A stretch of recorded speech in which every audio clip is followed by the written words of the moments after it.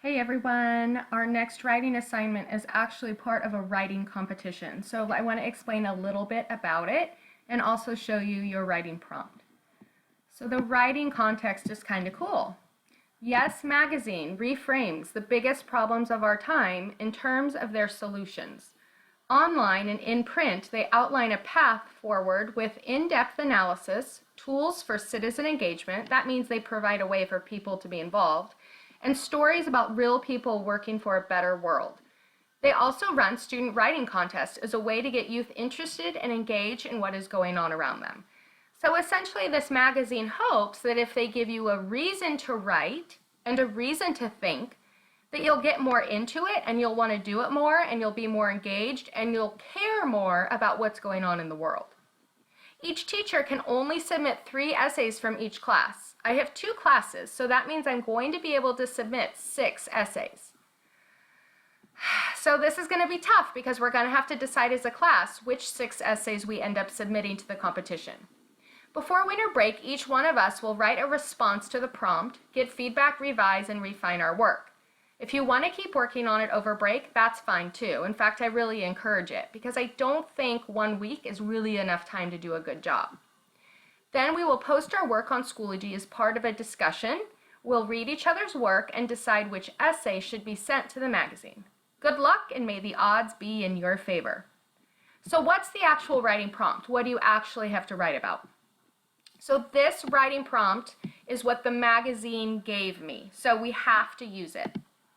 LaDanya Brave Bull Aller, the Standing Rock Sioux tribe, over 300 Native American tribes, and other allies, so that means people who are going for the same objective, people who can rely on each other, are protesting construction of the Dakota Access Pipeline.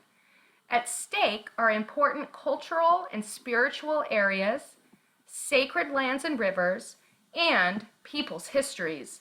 For many Native Americans, it feels as if, quote, erasing this footprint from the world erases Native Americans as people.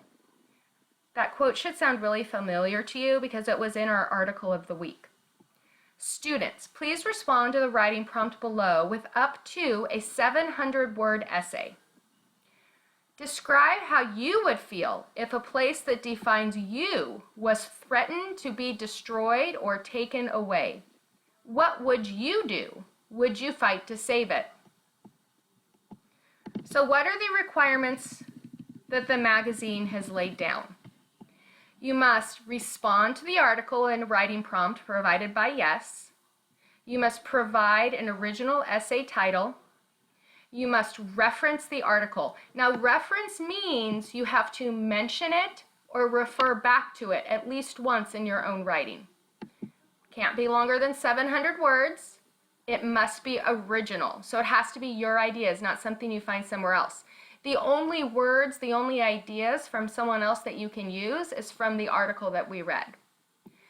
Teachers must read and submit their students' essays. Remember, the limit is 3 essays per class. Please take time to read your students' essays to ensure they have met essay requirements, including correct grammar. Aha, so you better have good grammar.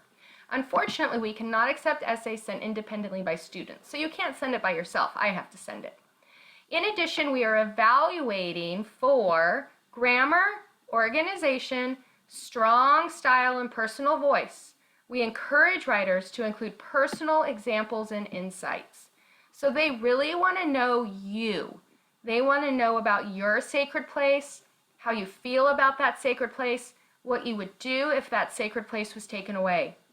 Originality and clarity of ideas. We'll take a look at the rubric in another video, but that's the prompt and the context in a nutshell.